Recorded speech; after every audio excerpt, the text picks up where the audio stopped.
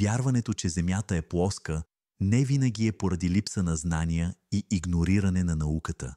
То често може да бъде свързано с различни психологически и емоционални причини. Може да бъде вследствие от лични преживявания, чувство на самота, недоверие и липса на контрол в личния живот. Хората, преживели травма, често търсят утеха в алтернативни обяснения за света, давайки им чувство на принадлежност и спокойствие в общности, които подкрепят тяхната идея, като например тази за плоската Земя.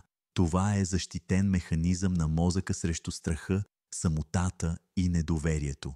Друга възможна причина е когато човек изпитва психологическа липса на внимание, казвайки си: светът е твърде враждебен, за да е истина.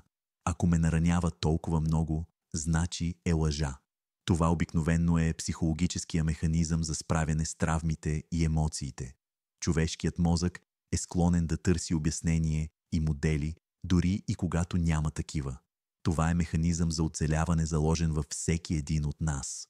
Обикновено човек първо възприема само информацията, която подкрепя вродените му инстинкти и убеждения, като това какво е видял и какво е почувствал, игнорирайки доказателствата против.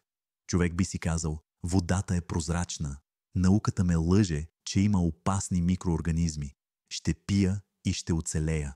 Това е също защитен механизъм на мозъка, даващ чувството за контрол и избягване на вътрешно напрежение.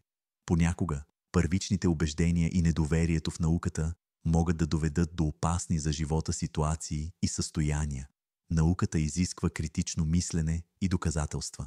Ако човек е бил лишен от добро образование, може да изпитва срам или гняв, когато не разбира сложните научни концепции, от което се поражда конфликтът, че го лъжат, което допълнително усилва чувството за отхвърляне, несигурност и самота сред обществото.